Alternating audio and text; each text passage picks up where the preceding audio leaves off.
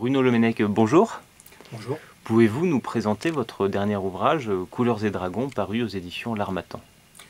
Oui, Couleurs et Dragons est un recueil composé de deux parties. Une première partie de 12 tableaux, c'est un récit en prose poétique qui raconte la quête d'un chasseur de couleurs. Un chasseur de couleurs qui avance au fil de paysages vers des mots qu'il découvre au fur et à mesure. Une quête dont on ne sait que peu de choses, hormis qu'il traverse des paysages qui sont par ici comme des jardins aux herbes pressées.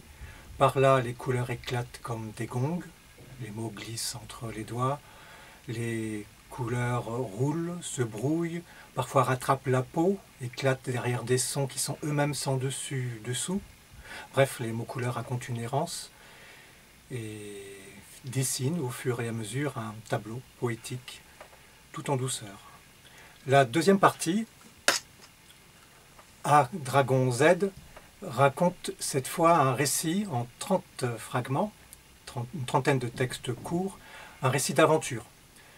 L'aventure est menée par une famille dragon, le Farigoulos, le père, Astané, la mère dragonne, et Sépior, le bébé dragon.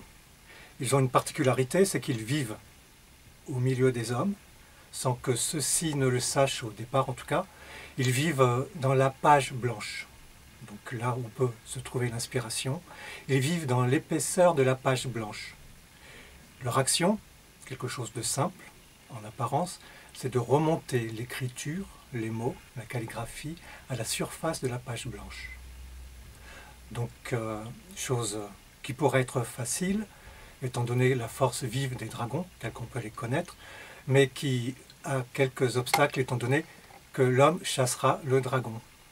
Donc, homme et dragon se rencontrent, se visitent, mais n'ont pas du tout la même sensibilité au réel.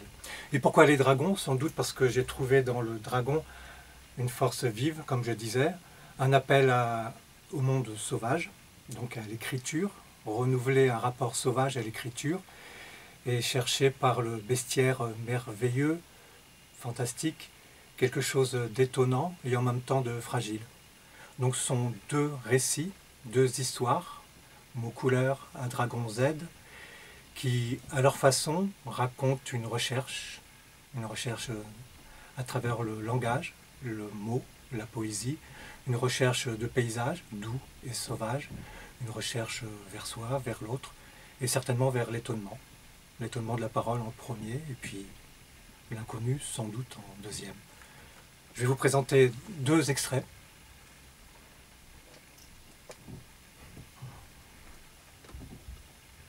Un premier des mots couleurs. Blanc.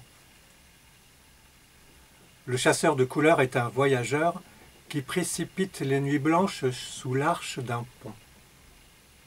Les mots se croisent, vacillent, oscillent entre deux battements de cils, s'évanouissent.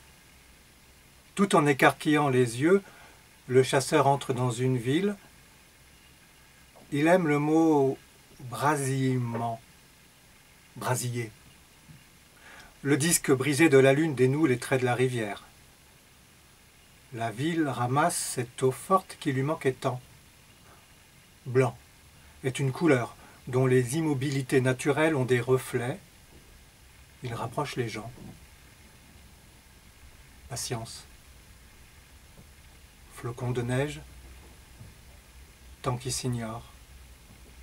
Bourrasque. Le glissant cri du givre est un point de départ.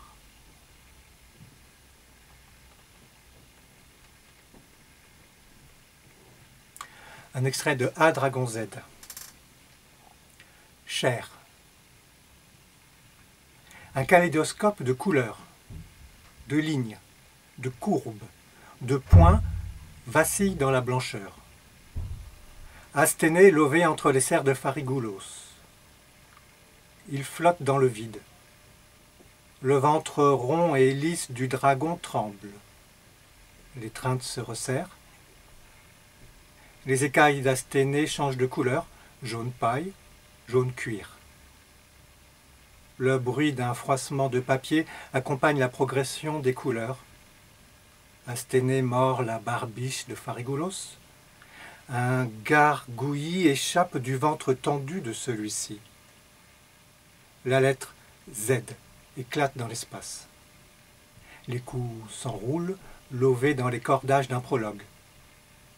Couinement affolé envoyé dans la nuit, avalé par la nuit. Les écailles de Farigoulos, gris d'acier. Les couleurs craquent, se répondent. Le bruit est comme le cliquetis d'une machine à écrire. Il se répète. Le O ripe contre les ailes, les joues pommelées d'Asténée. Danse de minuscules écailles vertes, opalescentes. Tintamarre croissant, les langues fourchues retardent un monde d'odeurs. Elles s'affolent. Une forte chaleur remonte les yeux aux pupilles dilatées, rouge plomb. Chaleur entortillée d'écailles. Farigoulos tripatouille la crête de sa compagne. Il mord, déchire, avale, vomit, crache, giclé de bruit. Glaise dans les marches. Le vacarme alterne maintenant avec des silences profonds.